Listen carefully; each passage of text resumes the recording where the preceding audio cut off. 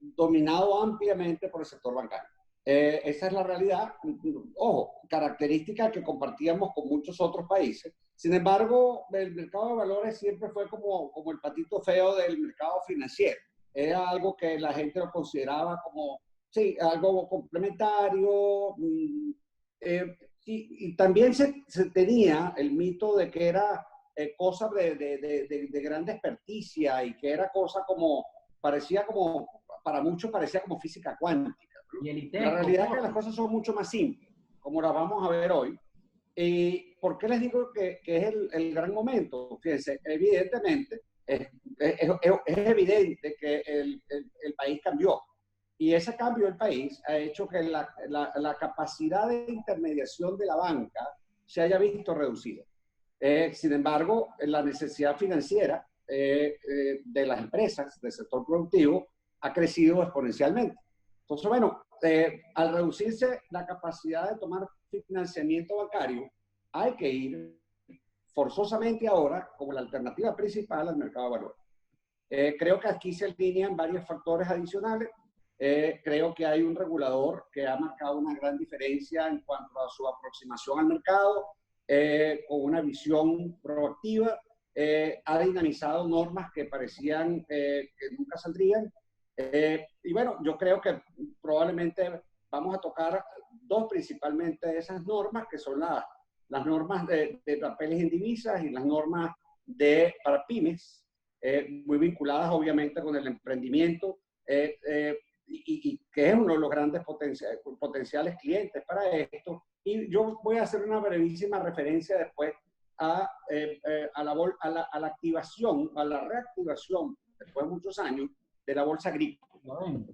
Entonces, realmente, como te digo, hay un momento, es la necesidad, la disminución del mercado bancario, un regulador pro mercado, unas regulaciones que favorecen la emisión. Creo que todo está dado para que, bueno, está en manos de los conocedores del mercado de capitales, ahora sí tener a ese mercado atendido, innovar, esa es la red.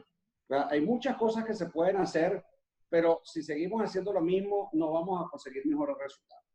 Es decir, profe, que tenemos que comenzar a hacer lo que para tantas veces lo molestamos: nueva literatura, nuevas formaciones, trabajar y sentir que esto es un solo mercado, por ende, un trabajo colaborativo, una competencia sana y que haga que el mercado se expanda y crezca. Totalmente. Eso es en beneficio de todos. En la medida que logremos eso y explotemos estas ventajas que hoy nos da la participación del mercado de valores, ojo, con mentalidad creativa. ¿A qué me refiero yo? Hay muchas cosas que se pueden hacer, pero que están en la creatividad de los agentes de mercado. Yo creo que es el momento de empezar no solamente con esta normativa, sino con la normativa usual de papeles comerciales, de obligaciones, empezar a pensar en emisión de títulos en moneda constante, ajustados, porque la única manera que vamos a poder conseguir que los plazos se extiendan a la colocación usual de papeles comerciales a 3 meses, con tasas de rendimiento obtenidas por grandes descuentos, eso no va a beneficiar al sector productivo. Sí. Evidentemente, esto es un proceso que hay que construirlo en el tiempo, pero yo creo que tanto las emisiones en divisas como las emisiones fuera de estas normativas nuevas, pero hechas y estructuradas de forma diferente, en bolívares ajustadas a un referencial, sea un índice, sea la tasa del convenio cambiario número 1, sea el valor de un determinado producto. Ahí es donde vamos a poder darle a los inversionistas un mercado distinto. Yo creo que estos mercados incipientes como el nuestro, todavía lo somos, se dinamizan por la vía de la oferta. Ahí hay una cantidad de demanda, no solamente los inversionistas institucionales, bancos, a través de fideicomisos, cajas de ahorro, ahora compañías de seguro, sino también una cantidad de inversionistas que hoy en día tienen moneda dura, por la cantidad de transacciones que se realizan en esa moneda y que tienen el dinero prácticamente ocioso, con muy poca rentabilidad en esas cuentas de custodia de los bancos en divisas. Yo creo que hay maneras de generar productos novedosos que le den a ese inversionista institucional e individual alternativas importantes. Obviamente, para poder desarrollar, alargar los plazos, además de un producto ajustado a un índice que mantenga el valor del dinero en el tiempo y obviamente la posibilidad de divisas, tiene que venir acompañada necesariamente del desarrollo de un mercado secundario. No hay manera de extender los plazos si el inversionista está preso durante un largo plazo. Hay que buscar un mecanismo de un mercado secundario. En ese sentido, la bolsa ha estado estudiando esa posibilidad para el mercado de renta fija, y creo que es un mercado que va a ser la alternativa a que el sector productivo tenga capacidad de financiamiento, y al final, teniendo capacidad de financiamiento, todos ganamos. El sector productivo genera empleo, genera producción, genera productividad, y el Estado eventualmente generará en un momento determinado también ingresos tributarios. Profe, y entonces eso del tema de irnos un poco a lo que es obligaciones, ya no quedarnos en papeles comerciales, que sería para capital de trabajo, iríamos a lo que ya en muchos países como Argentina, que ha vivido profundas y grandes crisis como la de este momento, que no es única ni es nueva, a la indexación. ¿Esos títulos estarían indexados? Mira, ahí, bueno, yo creo que se puede, nada lo impide, ¿eh? No es que no es que las normas de papeles en divisas hoy en día abrieron ese mercado. Mira, yo siempre he podido tener, eso es lo que los abogados llaman una tasa, una obligación con cláusula valor. Bueno, fíjate, aquí se usó mucho, por ejemplo, en los contratos de arrendamiento. Así es. Okay. Bueno, en los contratos de arrendamiento, tú lo que hacías es que los ajustabas periódicamente en base a inflación o en base a cualquier índice. Eso es tan viejo como buena parte de la evolución del mercado, del comercio, y tan viejo como la globalización y la necesidad de experimentar en formas de mantener el dinero constante. Obviamente, en la medida que ha venido, se desarrollaron mucho más estos tipos de productos con escenarios inflacionarios. Escenario inflacionario de los años 80, etcétera, etcétera. Pero obviamente sí, yo podría emitir, por ejemplo, hoy en día lo que fue un TIC en un momento determinado. El TIC que emitía el Estado, que denominaba en dólares y era pagadero en bolívares en contravalor de la moneda en ese momento. Bueno, hoy lo puedes vincular perfectamente al dólar, lo puedes vincular simplemente por ejemplo, la titularización que sacó Santa Teresa hace un tiempo hablaba de los litros, el equivalente a litros de alcohol anhídrico. El alcohol anhídrico es algo que se ha comportado más o menos por allí cercano al comportamiento del dólar. Pero bueno, tú puedes fijar a un ancla el valor de la moneda y, bueno, al final, fíjate, es lo que están haciendo hoy los bancos. Han sido la nueva regulación bancaria. Si tú quieres un préstamo bancario, tienes que pagarlo en unidades de cuenta, que al final se van ajustando en función de la tasa del convenio cambiario número 1. O sea, yo creo que estas dos normas, tanto las normas de papeles de valores en moneda extranjera, como las normas o las normas ya existentes, pero pensando de una manera nueva, para las nuevas realidades, van a permitir eso. Ahora, que yo no puedo ser, siendo totalmente correcto y ético, no es previsible que tú vayas a sacar mañana una emisión a 4 años.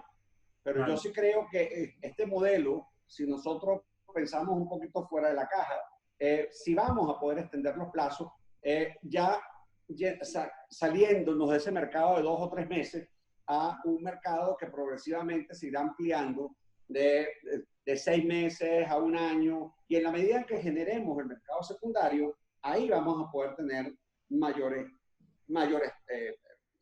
plazos.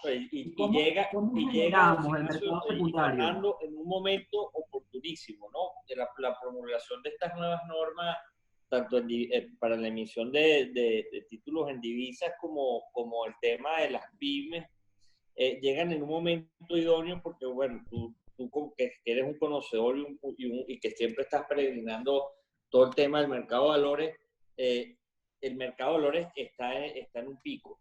O sea, tú simplemente ves la cantidad de compañías que están haciendo oferta pública de títulos, es impresionante, ¿no? Un poco lo que decía el doctor García Montoya. Oye, el mercado se ha vuelto en un mecanismo esencial y prioritario de financiamiento para muchas empresas. Y eso, sin duda alguna, viene, digamos, estas normas vienen a potenciar ese empuje del mercado de la mano, por cierto, un regulador que lo está haciendo extraordinariamente bien. Sí, el órgano regulador, yo creo que hay que hacer una mención especial tanto al organismo regulador, todo el equipo que lidera el licenciado Carlos Herrera. Se ha visto que desde diciembre del año pasado, como bien lo mencionó el profesor García Montoya, la norma de bolsa agrícola o la reforma, todas las normas que se han venido actualizando, que ustedes muy bien saben, el profe más que cualquiera de nosotros, que hay todavía normas de 1979, que quizás son camisas de fuerza, como dice el profe, quizás tenemos que pensar fuera de la caja, más allá de quejarnos de la norma, pero efectivamente han hecho un trabajo súper interesante y súper loable, incluso informativo y formativo. Así y es. También, en época de COVID, también creo que hay que hacer una mención especial, agradeciendo todo el esfuerzo que ha hecho la Bolsa de Valores de Caracas. Es indiscutible, y hemos visto algunas presentaciones, cómo se ha comportado la bolsa como un instrumento de cobertura contra inflación y tipo de cambio desde el 11 de marzo hasta finales de junio. En estos momentos no hemos hecho la correa y no sabemos. Y aquí hay una pregunta muy importante, Gulli. Se ha visto una movida o niveles récord de más de $476,000 el equivalente en mercado primario de renta fija de corto plazo. Pero ¿y la renta variable? ¿Por qué? O es un camino que hay que ir construyendo, adaptar a las empresas y culturizarlas? Vamos primero, emitan deuda y después vamos a renta variable. ¿Qué piensas tú de eso, Gulli? Mira, es que te voy a decir, que las empresas se preparen para emitir renta variable, no solamente es lo que uno recomienda, es que de hecho debería ser, bueno, todas las empresas deberían tratar de listarse, porque al final lo que te permite es, o te generas una disciplina importante de cara a tus accionistas y de cara incluso a tus empleados, a tu entorno.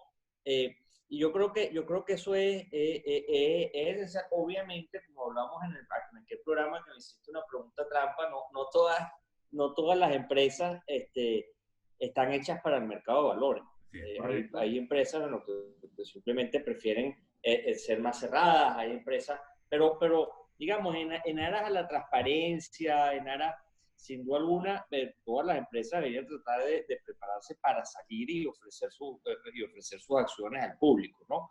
Y tú estás viendo, José Ignacio, por primera vez, oye, nosotros los conocemos, no podemos revelarlo por temas de confidencialidad, pero hay por lo menos 3 o 4 empresas considerando seriamente listarse en bolsa. ¿Okay?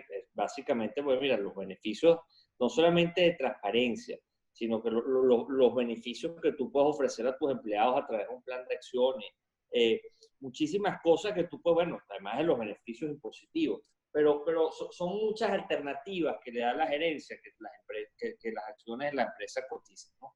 Que estén inscritas en el Registro Nacional de Valores. Entonces, mira, yo creo que el doctor García probablemente me va a complementar, pero yo creo que si bien no todas las empresas, digamos, no todas las empresas tienen que estar inscritas en el mercado de valores porque sería demasiado arriesgada esa aseveración, pero sí creo que definitivamente todas deberían al menos considerarlo, porque bueno, por lo que te digo, ¿no? Además en un entorno como el que estamos, donde eventualmente va a llegar inversión extranjera, donde eventualmente van a llegar fondos de inversión. Oye, la ventaja competitiva que van a tener las empresas listadas en bolsa va a ser considerable frente a las que no lo estén. Y de pronto sí, yo creo que es un tema, disculpa José, es un tema de adecuarse a una característica donde deberíamos estar todas las empresas, o donde deberían, por un canal. Así es, por donde mira, deberían y meterse por eso todas es que a las mí empresas. me gustó tanto las normas de las pymes, porque, oye, al final eso le obliga al emprendedor a formalizarse, y lo obliga a generar un análisis técnico-financiero y establecer una proyección seria de lo que quiere hacer. Entonces, y bueno, José Ignacio, tú lo sabes, pues, algunos emprendedores de Miranda que los que nos hemos reunido para trabajar en la ley, oye, es gente maravillosa. Si además de esa, si además tú le puedes dar las herramientas para generar un prospecto que le permita establecer un plan de acción durante el próximo año o 2 años, es ideal. Sí, yo quería... No, dime. Profe, disculpe, su palabra por delante, por favor. No, mira, yo lo que quería simplemente complementar, fíjate, sí, como obviamente esto, para la mayoría de las empresas, esto es un proceso gradual. Entrar al mercado de valores implica un cambio de cultura. Implica estar dispuesto a formalizarte, estar dispuesto a ser transparente, estar dispuesto a tener una auditoría, a tener normas de buen gobierno corporativo. Entonces, esto implica un cambio que evidentemente en la medida, yo coincido, no todas las empresas ni todos los empresarios quieren participar en esto. Creo que tiene grandes ventajas.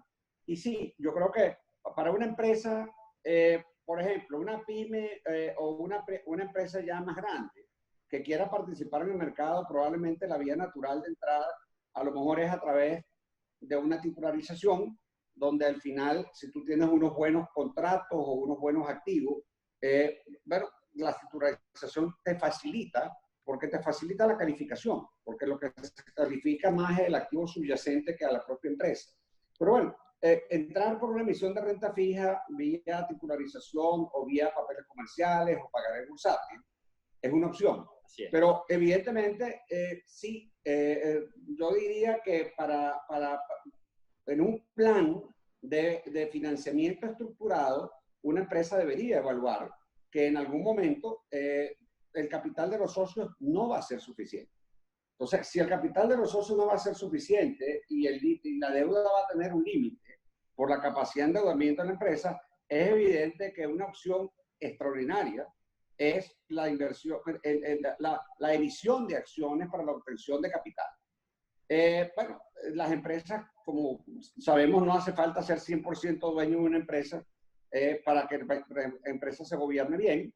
Creo que el entrar en el mercado de capitales por la vía de acciones implica gobierno corporativo, mayor transparencia, una valorización permanente de tu empresa en el mercado y un vehículo perfecto de entrada y salida. Y como bien decía Uy hace un rato, en el momento en que este país se fortalezca, va a ser y tengamos inversionistas institucionales más sofisticados, que es otra cosa que hay que trabajar en el camino, pero en medida que tengamos más inversionistas nacionales e internacionales, bueno, la entrada por la bolsa va a ser el vehículo normal.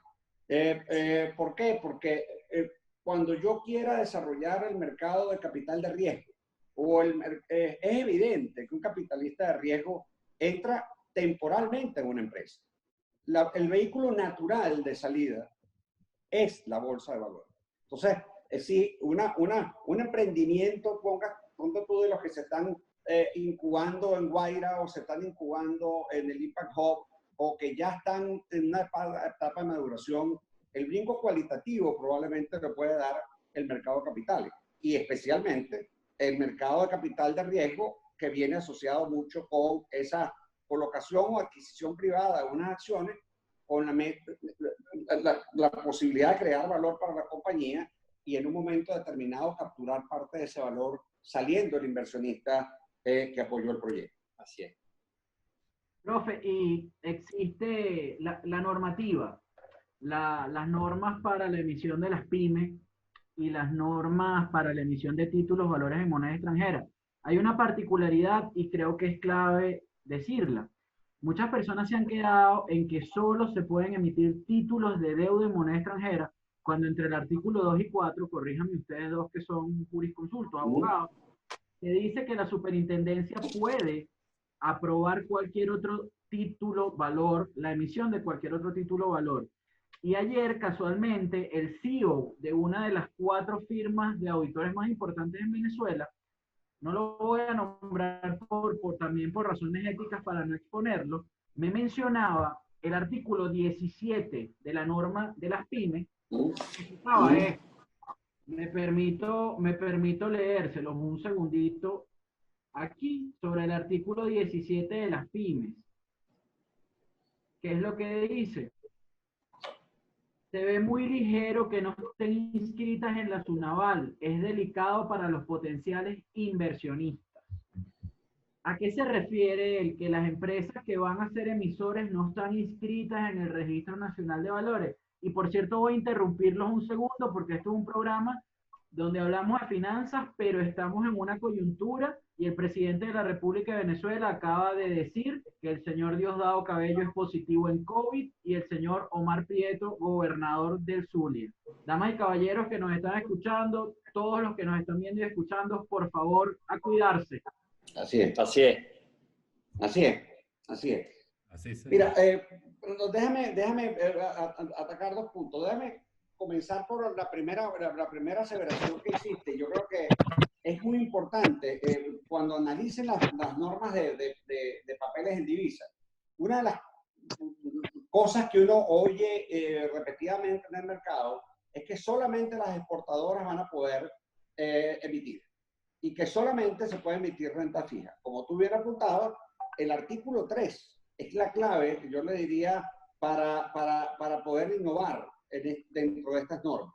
¿Y por qué? Porque fíjate, me dice que la superintendencia puede de manera particular o especial autorizar emisiones de cualquier otro valor, no solo de renta fija, cualquier otro valor. Eso podría incluir acciones, sin duda alguna, derechos de contenido financiero, ahí quedan incluidas acciones o cualquier otro instrumento, derivados, productos, contratos de productos e insumos agrícolas. Al final esos son futuros, sí, específicamente diseñados. Entonces es perfectamente posible emitir otro tipo de papel. Con respecto al tema de si solamente son los exportadores, bueno, las normas, si bien favorecen ese campo, efectivamente te dice que tú lo que tienes que tener un plan orientado hacia la exportación, no necesariamente un importador actual. De las conversaciones con algunas aproximaciones de algunos clientes que están evaluando hacer estas emisiones, hemos tenido conversaciones con el regulador que está efectivamente abierto a estudiar proyectos específicos y concretos para enmarcarlos dentro de este artículo 3. Con respecto al artículo 17 que me menciona, sí, llama la atención que, fíjense, para que una empresa haga emisión de títulos valores, sus estados financieros auditados deben estar analizados y determinados por auditores que estén inscritos en el Registro Nacional de Valores. Ese es el registro de contadores públicos. Bueno, las normas establecen que para este tipo de emisiones podrán utilizarse otros contadores que no sean, no formen parte del Registro Nacional de Valores. Okay. Eso sí crea alguna suspicacia en el sentido de decir, bueno, ¿quién va a controlar que esos estados financieros efectivamente se hagan conforme a los principios contables de aceptación general y la normativa de la Comisión de Valores, de la Superintendencia de Valores? Bueno, básicamente es la Superintendencia de Valores. Evidentemente la Superintendencia de Valores, si bien no puede evaluar ella en especial el riesgo de una emisión, tiene que verificar que los estados financieros preparados por un auditor que no esté inscrito en el Registro Nacional de Valores se preparen conforme a las normas contables que ha previsto la superintendencia. Entonces yo creo que ese riesgo se mitiga en ese sentido. Excelente. Con respecto, Profe, al marco, y Gulli, al marco que tenemos ya en este momento, como que la mesa está servida. ¿Cómo hacemos eso que usted ha dicho de una manera tan interesante, el comenzar a pensar fuera de la caja, el comenzar a innovar?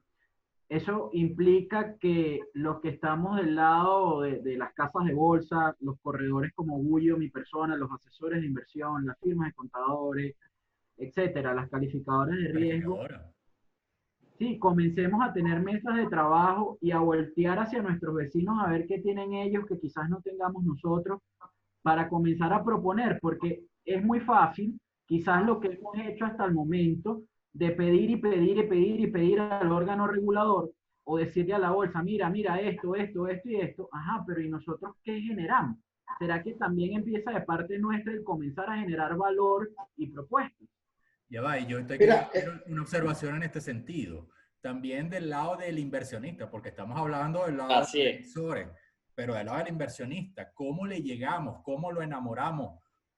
Ir más allá de nuestras fronteras. Es posible, es factible. ¿Cómo le llegamos a eso? ¿Cómo le llegamos a un inversor que de pronto hablamos de ser creativos, pero entonces de pronto emisiones en cripto o inversores que tengan cripto, por dar un ejemplo o por dar una estrategia? Y cómo Volteando ese lado. desmitificar también, cómo desmitificar, como lo dijo el profe al inicio, que Ujú. no solo se veía esto como que era un mercado de técnicos o era para muy pocos, todavía hay muchas personas que lo perciben como elitesco. Y nosotros que tenemos redes sociales, Gulli, Fernando, siempre nos llegan preguntas y más preguntas, oye, pero yo puedo invertir siendo un ciudadano común. Señores, todos somos ciudadanos comunes, pero lamentablemente ese mensaje todavía no ha llegado. La Big Data, por ejemplo, que existe en un instrumento, ojo, esto es netamente técnico, pero lo utilizo para que lo comparemos. La Big Data se está utilizando en muchos mercados financieros. Así es. La página Patria es un sistema de Big Data brutal, donde sí. podemos, en el peor de los casos, ¿qué tal si seleccionáramos al 1% de esos 19 millones de usuarios que tiene y los lleváramos al mercado de valores? En el mejor de los casos, quizás el 10% de esos 19 millones. Pero ¿cómo llegar hasta ahí? ¿Cómo entrar por acá?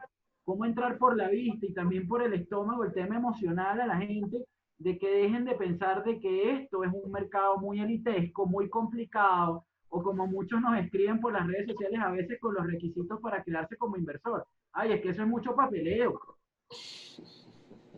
No, ¿y cómo Mira, adelantarnos yo de creo que, forma fíjate, yo creo específica? que sí, yo creo que los actores del mercado tienen que empezar a pensar en alternativas.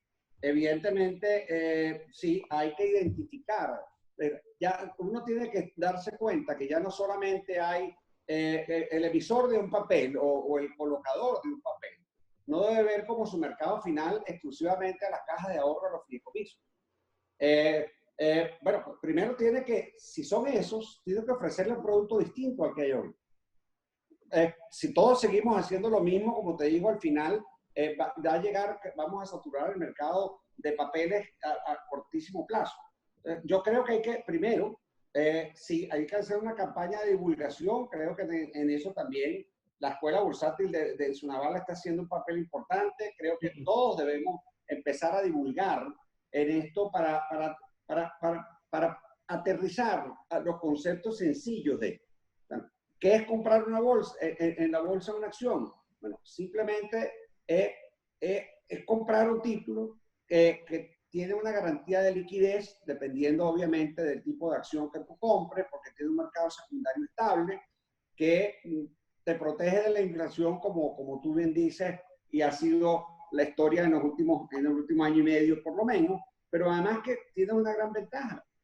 Cualquier utilidad que tú generes en la bolsa de valores por entrar y salir del título, por la ganancia que genere, pagas el 1% proporcional. O sea, es una colocación rentable en la medida en que tú sepas elegir tu cartera. Pero evidentemente sí, para llegarle a ese inversionista, creo que las casas de bolsa también tienen que ir un poquito, hacer un poquito más de esfuerzo en identificarlo. Creo que hoy en día, con la transabilidad de la moneda, de la divisa, como una moneda transaccional, hay una gran cantidad de recursos que allí están buscando qué hacer. Evidentemente, en qué invertir. y creo que se pueden establecer modalidades de productos para atender a ese público. Evidentemente, sí, yo creo que las casas de bolsa tienen que empezar a divulgar, tienen que hacer el trabajo, la bolsa lo está haciendo, las casas de bolsa lo están haciendo, fíjate que ya las universidades están cada vez más volcadas a dar información y ya tienes 3 universidades importantes haciendo programas especiales en mercado de capitales. Tú ves el interés creciente que hay allí en ese semillero. Entonces, fíjate, si unimos la culturización del mercado de valores a la población en general, con las necesidades financieras y la reducción del tamaño bancario, bueno, yo creo que, como te digo, la oportunidad está allí. El reto es, bueno, cómo unimos a ese inversionista con sus necesidades y sus aspiraciones y con aquel sector productivo que requiere los recursos. Entonces, Ignacio, además que es la forma, fíjate, es la forma de que la gente pueda participar en las empresas y sobre todo en las empresas nacionales que producen, que están dejando el nombre del país en alto por hacer bien las cosas tanto aquí como allá. Fíjate, ese ejemplo siempre lo usamos tú y yo las veces que hemos coincidido en programas, ¿vale? Si tú quieres comprar un metro cuadrado, pero no tienes para comprarlo completo, un apartamento, un local comercial completo, bueno, tú compras una acción del Fondo de Valores Inmobiliario, por ejemplo. O si tú quieres formar parte de una de las empresas productoras de arroz más importantes del mundo, bueno, tú puedes ir y puedes comprar una acción de arroz Santa Teresa en la bolsa. Entonces, digamos, es la forma de que la gente participe en lo suyo. El tema de banco, que es un poco... y disculpa, claro, muchas veces hablamos, oye, de cosas de afuera, de cosas de Estados Unidos, de cosas de China, de cosas de los demás. Pero, oye, aquí la gente forma parte de comprar una acción de algo de Venezuela, bueno, algo que se hace aquí. Gulli, fíjate una cosa, y lo acaba de decir María José, por ejemplo, gracias por su participación, que efectivamente los requisitos son muy complicados para inscribirse en una casa de bolsa, pero cuando los desmembramos, los desmenuzamos, son requisitos que son muy sencillos: cédula, RIF, declaración de impuestos sobre la renta. Si no lo tienes, hay una declaración jurada para que digas por qué no declaraste, teniendo claro que el órgano, la Superintendencia Nacional de la Actividad Aduanera y Tributaria, desde hace más de 6 años sacó una providencia administrativa donde hasta los jubilados y pensionados tienen que declarar, así no lleguen a las unidades tributarias para pagar. Entonces es un tema de ir sociabilizando, y muchísimas cosas que nos dicen por acá. Primero deberían de participar los empleados que están dentro de las casas de bolsa o sociedades de corretaje en casa de herrero, cuchillo de palo. Bueno, Jenny, yo te digo algo y lo voy a decir por única vez. En Interbono Casa de Bolsa, la persona que trabaja y que no invierte no trabaja en Interbono Casa de Bolsa. Vendedor que no compra lo que vende no sirve. Y eso nos lo enseñaron, y siempre lo diré, en la mejor casa de bolsa que ha tenido Venezuela. Y aunque me digan que le pico la torta el quesillo y les monto un rancho, Econoinvest Casa de Bolsa. El plan empleado accionista, y que lo replique el Fondo de Valores Inmobiliario, que también hay que nombrarlo. Fernando y yo, los dos profesores no lo pueden nombrar por temas de compliance, KYC y buen gobierno corporativo. Entonces, eso de que es muy difícil, o sea, yo no dejo de ganar plata porque tenga que enseñar la cédula o porque tenga que buscar un recibo de un servicio. Pero, José Ignacio, un poquito en ese sentido, ¿qué diferencia hay en lo que te pide un banco? Nada. Exacto. Para abrir una cuenta. Hoy en día es más difícil abrir una cuenta prácticamente en un banco que en una casa de bolsa. Así es. Correcto. Así es, totalmente. Y otra de las cosas, no solo está el instituto, no solo está la Escuela Bursátil o el Instituto Venezolano de Mercado de Capitales. Hay unas nuevas iniciativas de unos chamos nuevos que se llaman UBAL, algo por el estilo, que están dando cursos virtuales sobre el tema. Está el Instituto Avanzado de Finanzas, está incluso el Instituto Venezolano de Altos Estudios de Mercado de Valores, donde Gulli va a ser director y donde Fernando Serrano va a ser director. Después les comentarán. Entonces, hay que democratizar el conocimiento. Bueno, salimos por trabajo, Fernando. Sí, ya estamos listos. Sí. Un programa más y nos retiramos. Mira, de eso que tú dices, Ignacio, yo cuando yo entré de pasante en la Comisión de Valores, en aquel entonces recién dictada la ley en el año 73, el lema de la promoción del mercado de capitales era democratizar el capital. Sí. Parece mentira que 47 años después, lo que se diga hoy es que hay que democratizar el capital. Y la mejor manera de democratizar el capital es precisamente haciendo que cada persona tenga la opción de participar en una compañía. Eso te genera sentido de pertenencia.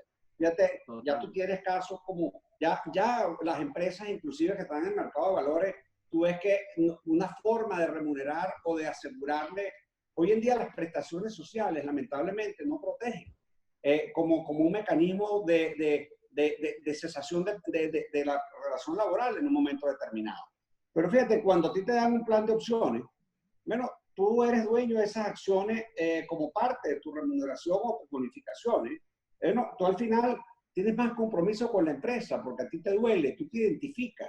Pero adicionalmente tú en cualquier momento puedes ir acumulando un capital o liquidándolo parcialmente en la medida que lo tienes, pero ese es el mecanismo ideal hoy en día para que una empresa bonifique a sus trabajadores, genere los incentivos alineados entre los dos, pero además permita que este trabajador proteja su inversión a lo largo del tiempo, manteniendo liquidez y manteniendo una baja gravabilidad de su inversión. Así es.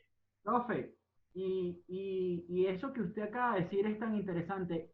Han pasado 47 años y quizás en este momento es donde más se habla de la democratización del mercado de valores, porque muchos hemos comenzado a decir desde hace 7 años para acá, hace 7 años era menos de un bolívar. Hoy ya son 75 bolívares la acción o la inversión mínima. Eso dependerá de cada una de las casas de bolsa, pero casi todas van en línea con la democratización del mercado de valores, que por cierto, el presidente de la Bolsa de Valores de Caracas, el señor Gustavo Pulido, les envía su agradecimiento, su gratitud y su saludo a ustedes dos por estar con nosotros acá, a Fernando Serrano y a toda la audiencia. No pudo ingresar por temas con el internet, pronto será invitado al programa. También a los amigos del instituto, se llama VALU. Ahí está José Farías, si no me equivoco. Están una serie de jóvenes muy preparados que están haciendo las cosas de manera distinta. Les hicimos comercial y gratiñán, con buena audiencia. Después hablamos. Pasen por caja luego. Eso, de eso se encarga Gulli. Entonces, profe, usted como docente y como hay algo que hay que destacar, y Luis García Montoya es muy humilde, pero la primera iniciativa de hacer un programa de estudios avanzados sobre el mercado de valores es idea de él. En la Universidad Católica Andrés Bello, y eso se ha ido replicando por todas las instituciones educativas en Venezuela. Eso hay que reconocerse al profesor Luis García Montoya.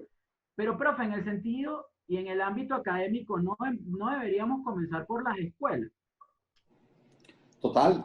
Fíjate, por ejemplo, bueno, evidentemente nosotros dos, cuando damos el curso de Derecho Mercantil y hablamos de sociedades, bueno, hablamos del mecanismo de financiar en sociedades y hablamos del mercado de valores. Bueno, porque al final el mercado de valores no es una ramificación del derecho societario, y el derecho societario es parte del derecho comercial. O sea, evidentemente tú no puedes hablar de enseñarle a un abogado, hablar de sociedades sin enseñarlo a entender un balance, lo básico, pero enseñarlo también cómo se financia una empresa. Fíjate, yo creo que ahí es que tenemos que empezar a sembrar. Yo creo que tenemos que sembrar, yo diría que inclusive más abajo de las propias universidades. Yo creo que aquí deberíamos ir penetrando hacia los colegios con charlas, inducciones, porque de esa manera tú vas formando a la gente en algo que, fíjate, por ejemplo, los mercados muy desarrollados, sobre todo el americano, bueno, para el americano es muy natural invertir en acciones. Sí. Cuando tú tenías la electricidad de Caracas con su gran liquidez y siendo la acción bandera por muchos años de este país, había una cultura en la inversión. Tú veías a personas que como su fondo de ahorro o su fondo de herencia para la familia compraban acciones en la electricidad de Caracas. Claro, eso poco a poco se fue perdiendo. Empresas como la electricidad de Caracas pues ya no están en el mercado de valores. CanTV tuvo una base accionaria muy importante y tampoco está. Pero fíjate, yo creo que ese momento ahora se presenta oportuno porque, como te digo, esa manera de financiar la empresa, que era llamar al banquero, cumplir unos requisitos y financiarme, ya eso se acabó. O sea, creo que la oportunidad está allí, va a haber una gran demanda de financiamiento, le corresponde a los actores del mercado innovar, identificar a los inversores, porque probablemente a aquellos demandantes de recursos del sector productivo van a estar allí. Lo que hay que saber qué venderle a cada uno de ellos. Evidentemente una pyme va a requerir algo ajustado a estas normas, que no es lo que van a requerir una gran empresa. Pero fíjense, en la medida en que yo asesore una empresa y quiera ir al mercado de valores, siempre yo voy a establecer una prioridad de decir, ¿cómo comenzamos y de dónde vamos a ir? Y la salida final natural es la emisión de acciones. Fíjese algo, dentro de las interacciones que constantemente mantenemos todos y las conversaciones que luego tenemos entre nosotros, Gulli, Fernando y otros actores del mercado, y aquí en el chat lo estamos viendo, una de las principales quejas es que nuestro mercado no tiene la posibilidad de tener transabilidad y transaccionabilidad a través de plataformas electrónicas. Eso es lo primero. Lo segundo, que la Superintendencia Nacional de Valores debería flexibilizar los procesos. Con el tema del COVID, hemos visto que sí, que el mercado de alguna forma con el tema de la conectividad remota, algo hay que hacer en medio de las limitaciones que tenemos, que ya sabemos de la conectividad y el Internet. Y otra de las cosas importantes que muchos se preguntan es, ajá, pero aterrízame, ¿cómo el mercado de valores colabora con la economía productiva? Porque muchas personas pensaban que esto no tenía una función social, que es canalizar el ahorro de la inversión directamente y que va a la economía productiva. Pero como dijo un político ya desaparecido en Venezuela, ah, pero ¿cómo se come eso? No, y estás mezclando además, y está en boga, y acaban de hacer mención, por ejemplo, de la bolsa agrícola, donde vamos a un sector tradicionalmente complejo de financiar, que ha sido financiado a través de, cuando ha sido financiado a través de tasas absolutamente subvaluadas, a través de procesos no necesariamente adecuados, donde tiene unas características muy particulares porque son procesos de cosecha, etcétera, etcétera, pero que definitivamente tienen un impacto social también grandísimo porque estamos hablando de alimentación o de materia prima en el peor de los casos. Entonces, exactamente entran esos dos aspectos del valor y del impacto real en la economía del mercado de valores, ¿no? Mira, yo voy a responder la primera parte de la pregunta y después le lanzo la pelota al doctor García Montoya. Fíjate, con el tema de la conectividad y de todo ese tema, yo creo que, bueno, que esto ocurrió a nivel mundial, por cierto. Yo creo que el ser humano y sobre todo el venezolano se ha sabido adaptar muy bien a la nueva situación, ¿no? Y es impresionante, por cierto, José Ignacio, cómo la gente, la cantidad de transacciones que tú estás viendo que están ocurriendo en la bolsa y la cantidad de emisiones que se están autorizando aún dentro de la pandemia. Es asombroso, ¿no? Tú me hubieses dicho a mí hace 6 meses que las cosas iban a ir funcionando, obviamente con algunas limitaciones, pero que iban a seguir funcionando como lo ha venido haciendo. Y yo te he dicho que no lo veía viable. Y la verdad es que es impresionante cómo cada uno desde su área, los corredores por un lado, los estructuradores por otro lado, la autoridad por el otro, cómo todos hemos podido adaptarnos y ajustarnos a la nueva situación y hemos podido seguir trabajando en aras a seguir surtiendo el mercado de materia prima, ¿no? Fíjate, y ahí yo creo que es relevante, fíjate, es verdad, hay problemas de conectividad, pero nadie se imaginaba que, por ejemplo, la bolsa iba a poder funcionar en el medio de esta crisis. Correcto. Y bueno, y todavía menos que el regulador iba a poder adaptarse a aceptar todos los procesos por vía electrónica. Pero fíjate, la necesidad es la oportunidad. Hubo la necesidad de reaccionar y Sunaval reaccionó, la bolsa nunca se paró, los procesos de emisión continúan, ha habido flexibilizaciones, se simplificaron los procesos. Y fíjate, algo que probablemente tú nos preguntabas a cualquiera, a nosotros dos y a muchos otros, si hace 6 meses tú le ponías este escenario, te iba a decir, habría colapsado. Pero sin embargo, no. el mercado se ha dinamizado, las emisiones han continuado, la bolsa no se ha parado un solo día. O sea, realmente te demuestra que hay capacidad para respuesta en la medida en que las necesidades... Incluso la caja. Ahora, fíjense, yo sí creo que es importante la otra parte de la pregunta que tú mencionabas. Decía, mira, no se ve a veces, bueno, ¿cómo es que el mercado de valores ayuda al sector productivo? Bueno, fíjense, al final no hay otra cosa que una cosa muy básica de economía y finanzas. Es que evidentemente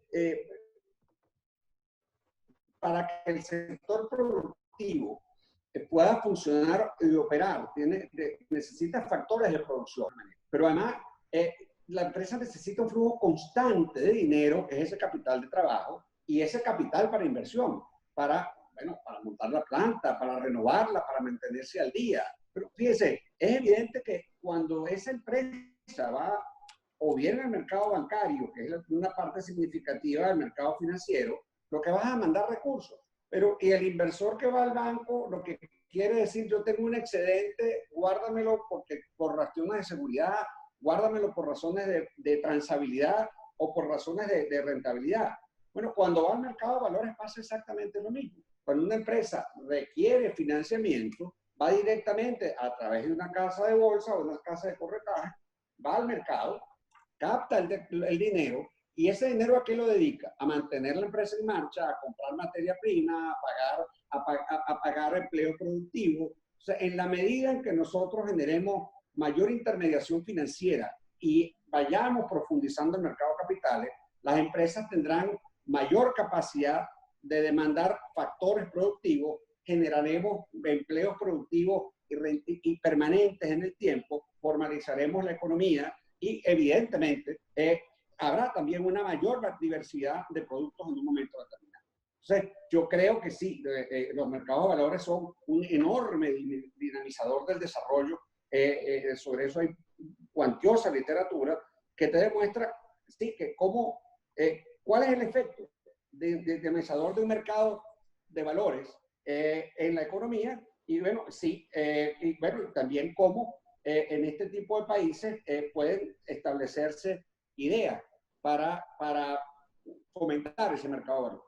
Yo creo que sí, algo deseable es que tú tuvieras algunos incentivos. Por ejemplo, cuando tú ves el desarrollo del mercado de valores de Brasil en los años 60, bueno, ahí hubo todo un estudio y se crearon una incentivación donde te decías, bueno, si usted invierte en los fondos de la ley 157, que eran fondos semejantes a los de capital de riesgo, que estén orientados a invertir en acciones, en empresas que emitan acciones en la bolsa o que vayan a la bolsa en un corto tiempo, usted tiene una rebaja por inversión.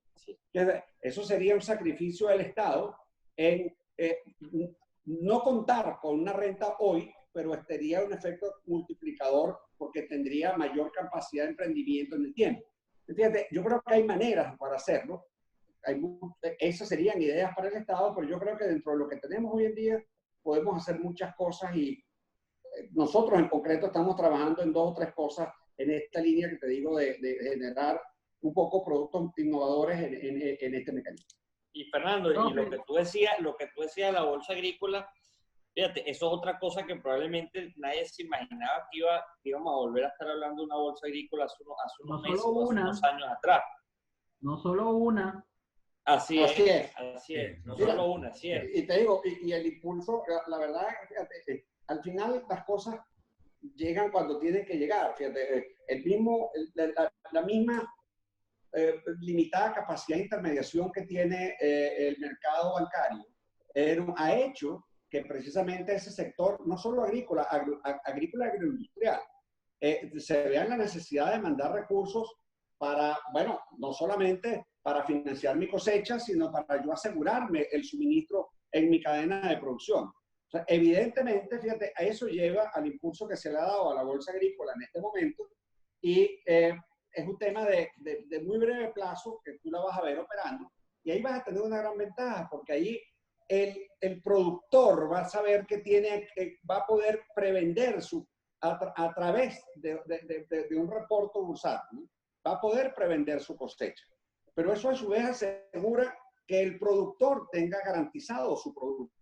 Hay un círculo virtuoso en donde yo puedo dinamizar al sector, como bien decía Fernando, a ese sector agrícola, que lo voy dando garantías, formalizándolo y voy dándole mayor capacidad. Sí. Voy a poder, como empresa, importar eventualmente insumos agrícolas para ayudar, semillas, fertilizantes para ayudar. Fíjense, ese mercado de la bolsa agrícola va a generar una dinamización del sector agroproductivo importante. Entonces, tanto para la mejora de la calidad de vida en el campo, como el fortalecimiento de la capacidad de producción en el campo, como para la producción de alimentos. Y yo creo que es una parte fundamental en toda economía y que evidentemente genera ese círculo virtuoso que yo les hablaba hace un rato en respuesta a lo que preguntó Fernando. Bueno, y además te va a permitir arbitrar tasas, te va a permitir al productor o al agricultor le va a permitir acceder a nuevos mecanismos de financiamiento, y obviamente eso va a hacer que sea más eficiente en su producción. Ahí tenemos un regalo de parte nuestra que admiramos. Bueno. En lo personal admiramos mucho esa relación que tienen ustedes padre e hijo, pero además socios y además gente que trabaja juntos. Y de verdad que eso lo admira. Yo se lo comenté a José que lo admiro mucho de ustedes y bueno, ni hablar. Él dijo, vamos a darles un regalo aquí en mitad del programa. No, una maravilla. Bueno, tú sabes que es genial cuando tenemos el almuerzo de Navidad, ¿no? Porque nos vamos los dos juntos a almorzar. El almuerzo de Navidad en la oficina. Es así. Un aspecto... la relación que llevan padre e hijo, que son socios además, y socios no solamente en los negocios, sino en la experiencia de construir aprendizaje y de compartirlo, que es estos programas, porque vaya que la agenda de los dos es bien complicada. El profesor Luis García Montoya te dice que sí a todo proyecto que tú le lleves, que sea interesante, obviamente, y se mete, no es que nada más te dice que sí, después te va y pasea, lo hace. Y por eso quisimos poner esta foto, más allá de la hermosa relación que tienen como padre e hijo, también es cómo tenemos que compartir las generaciones en Venezuela. Ojo, profe García Montoya, no es que le estoy diciendo de tema mayor, mosca. Lo que pasa es que Gulli es muy joven. No, eso es lo que tenemos que hacer. Tenemos persiguiendo desde el año pasado. ¿Okay? Gulli dijo algo hace unos minutos muy interesante que lo hablamos también con Pedro Pacheco, y vamos a ver la posibilidad de ir uniéndonos todos para trabajar por esto, porque también Pedro tiene ideas sobre productos financieros, sobre necesidades de los clientes, pues está en constante contacto con ellos. Encantado. Pedro es buen amigo y un excelente profesional. Sí, y Pedro está trabajando el tema de la longanimidad. El que nos está rayando la pantalla, no lo haga, por favor. Sí, por favor. Gracias. De todas maneras, vamos a hacer algo muy chévere para evitar otras cosas que han pasado. No queremos que nos dibujen órganos sexuales. Regresando al punto, pues la longanimidad, la capacidad que tenemos todos de, más allá de la resiliencia. Y algo más para ir cerrando. Mira, y José Ignacio, lo que tú y yo siempre hemos dicho, si vamos juntos, vamos a llegar más lejos. El ejemplo, Gulli, y no es por ganar indulgencia con escapulario ajeno, el evento que coorganizamos nosotros en 7 días, con el resto de los colegas del mercado, el 29 de noviembre del año pasado, eso fue una patada inicial, y desde allí se han dado muchas cosas. Así es. Así es. Ese tema de decir, juntos podemos, señores, no es nada político, es algo real. Así es. Totalmente. Bueno, damas y caballeros, una última pregunta por esta ocasión, porque se va a repetir. Alguien nos consulta aquí, debe ser de la Cámara Inmobiliaria de Aragua, que está Walter Evaluador aquí. Hay dos de la Cámara Inmobiliaria, sí señor. ¿Cómo se beneficia el promotor inmobiliario del mercado de valores? La respuesta más sencilla sería voltéese y vea el Fondo de Valores Inmobiliarios. Pero ustedes, que son conocedores del mercado, ¿cuál es el beneficio? Mira, yo creo que ese es un sector que puede tener muchos beneficios.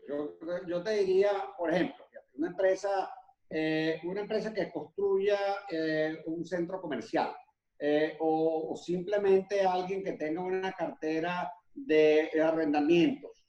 Bueno, básicamente a través de titularizaciones, por ejemplo. Nada te impediría y en un momento determinado crear una empresa que se especializara en la adquisición de inmuebles para su administración y que la lleves al mercado de valores. Técnicamente, las posibilidades son infinitas. Obviamente, se va a prestar para cada caso. Cada caso, yo te diría, aquí no hay yo creo que no hay una receta única y yo creo que si bien podemos tomar ejemplos de afuera, tenemos que también darnos cuenta de la realidad y generar cómo actualizamos o cómo llevamos eso a la práctica autóctona nuestra. Pero fíjate, el sector inmobiliario se puede financiar para la ejecución de un proyecto, cuando tú, que evidentemente si emites un título a tasa constante, que tú puedas permitir un plazo mayor, te puede permitir la posibilidad de captar dinero para financiar un proyecto o terminar un proyecto. Sí. Y, oye, tú puedes hacer que ese papel sea convertible. O sea, tú pudieras tener un papel que es un híbrido, como se llamaría. O sea, yo te doy a ti una renta fija, que es la tasa de interés que te estoy dando. Te puedo dar una tasa variable en función de la rentabilidad del proyecto, o te puedo dar la opción de convertibilidad. Sí. O sea, tú podrás quedarte como inversionista y te pagaré tu capital al final, o tú tendrás la opción de esa inversión convertirla en metros cuadrados. Esa es una posibilidad. Yo creo que son infinitas, pero como te digo, habría que analizarlo caso por caso, pero nada es imposible. Y por cierto, José Ignacio, Fernando y todos los que nos están escuchando, la superintendencia en este vuelco y en esta constante adaptación a los nuevos tiempos ya ha permitido varias emisiones para levantamiento de hoteles, para levantamiento de viviendas de interés social, que mucha gente, o que antes se pensaba que, bueno, que por la naturaleza de ese negocio inmobiliario, pues se complicaba mucho obtener una buena calificación y se complicaba mucho que estas empresas lograran garantizar un rendimiento en el tiempo. Y estamos viendo que, bueno, que la experiencia ha mostrado lo contrario, que son no solamente el fondo, sino también otras empresas que, como te digo, en diversos sectores han estado emitiendo y han estado levantando capital para su obra civil. Bueno, señores, lastimosamente pasó el tiempo como pasaba con Viasa, es decir, con Viasa, no con Viasa. El tiempo pasó volando. Y con estos expertos, ¿cómo no es así? ¿Cómo no ser así? De verdad. Mira, yo los quiero felicitar a José Ignacio, a Fernando y a ti por el trabajo que están haciendo, sí, por el programa, por las ganas que tienen aún a pesar de esta adversidad del coronavirus. Claro, si tenemos un año detrás de es admirable el ánimo que tienen. Esta tenacidad es envidiable, de verdad.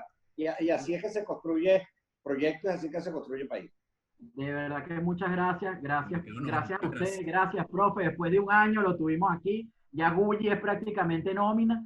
De verdad que siempre... Por cierto, saludos al profesor González. Nos acaba de escribir al profesor García Montoya. Magnífico, un abrazo y saludos, ¿no? Siempre a la orden. Ustedes saben que a mí me cuesta mucho participar en estas cosas porque aquí se me va la vida. Muchísimas gracias, profe. Muchísimas gracias, Gulli. Muchísimas gracias a la Universidad Nacional Experimental de la Tecnología y la Informática y las Telecomunicaciones, quien nos facilita su sala. Ellos también están muy atentos a crear en varios niveles académicos este tema, incluso para el Estado y el aparato del Estado, porque están mirando su mirada a formarse. Damas y caballeros, Venezuela ya no es un país rico y creo que nunca lo fue. Somos ricos en recursos, pero tenemos que estudiar. Por mi parte, súper agradecido. Nuevamente, como siempre lo digo, bueno, voy a robarme una frase. Estoy estremecido. Si no la decías tú, le iba a decir yo. Pero bueno, te la puedes decir tú también. Por Puedes cierto, decir, no se conectaron algunos amigos importantes como el señor Gerson Gómez, de hecho en Venezuela, Ajá. que quiere buscar siempre plata a través del mercado de valores, pero es flojo para las actividades. Entonces, a eso se refiere. Sigamos trabajando, señores, sigamos apostando por Venezuela. El COVID no hizo que el mercado se acabara. 7 nuevos emisores en el mes de abril nada más. Ya sabremos los de mayo. Visiten las páginas de la Bolsa de Valores de Caracas con nueva imagen, nuevo contenido, más amigable, la de la Superintendencia Nacional de Valores. Hagan los cursos gratuitos que empiezan de inscripción mañana de la Escuela Bursátil. Sigan a Luis García Armas, que tiene Instagram. El profe García Montoya es un poco más retraído de las redes, pero cuando lo quieran ubicar, llámenme. Muchísimas gracias, caballeros, y cerrada la rueda. Un placer. Un gran Saludos. abrazo. Cuídense. cerrada la rueda, señores. Gracias por su asistencia. Nos vemos el próximo jueves. Tendremos un programa muy interesante que iremos. Sigan nuestras redes, @se abre la rueda en YouTube y se abre la rueda radio.blogspot.com, nuestro blog por donde nos pueden seguir. Uy, me debes una pulsera, por cierto. Te la debo. Te la tengo ya guardada hasta santificada. Cuando Un termine la abrazo. pandemia. Cerrada la rueda. Un abrazo. María, nuestro Saludos. para todos. Gracias. Gracias por la oportunidad. A ustedes.